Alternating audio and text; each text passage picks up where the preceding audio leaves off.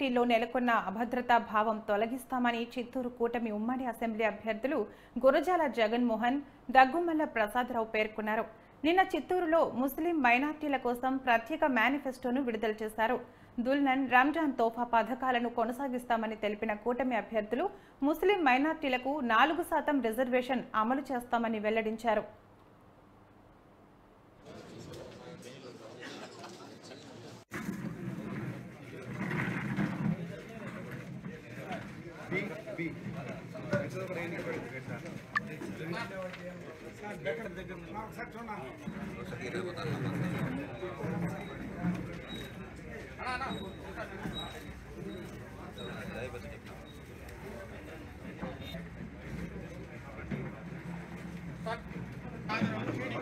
అబ్దుల్ మాలిక్ వైసీపీలో ఉన్నారు, ఖాజీ సాబ్ గా ఇప్పుడు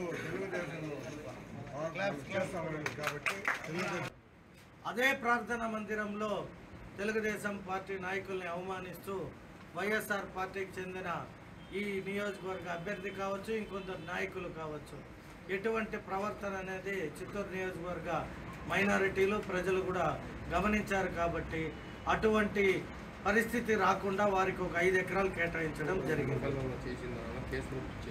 అలాగే వారిపై ప్రార్థనా సమయంలో ఏదైతే రాజకీయ ప్రస్తావన తెచ్చి అక్కడ ఇబ్బందులు కలగజేశారో ఆ కేసు కూడా వాళ్ళపైన పెట్టడం జరిగింది. వారి నామినేషన్లో వారు దాన్ని చూపించుకోవడం కూడా జరిగింది. అలాగే ఇల్లు లేని పేద ముస్లిం మైనారిటీ మహిళలు కావచ్చు, పురుషులు కావచ్చు, ప్రభుత్వ స్థలం ద్వారా కేటాయించి వారికి పక్కా నిర్మించి ఇండ్లు ఇవ్వడం కూడా జరుగుతుంది.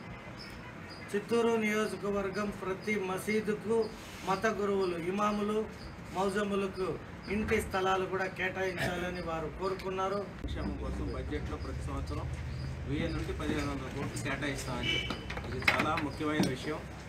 ఏది ఎవరిస్తానన్నా సరే బడ్జెట్లో కేటాయింపు అయితేనే వీలవుతుంది. పెద్ద అమౌంట్లో ఊరికినే ప్రామిస్ చేస్తే అవ్వదు. ఏ వర్గానికైనా బడ్జెట్లో అలాట్మెంట్ ఉంటే మనకి గ్యారంటీ వస్తాయి. మనకైనా పేదరికాన్ని నిర్మూలించడం, సబ్సిడీతో కూడిన వడ్డీ లేని 5 లక్షల వరకు రుణాలు మంజూరు చేయిస్తామని, ఇస్లామిక్ బ్యాంక్ విధానంలో మంజూరు చేయిస్తామని ఇది ఎందుకు అన్నారో మాకు అర్థమై ఉంటుంది. మామూలుగా ముస్లిం కమ్యూనిటీలో అప్పులు, వడ్డీతో తీసుకునే అప్పులు ఖురాన్ ఒప్పుకోదు, వడ్డీలు తీసుకోవటం అవి ఒప్పుకోదు.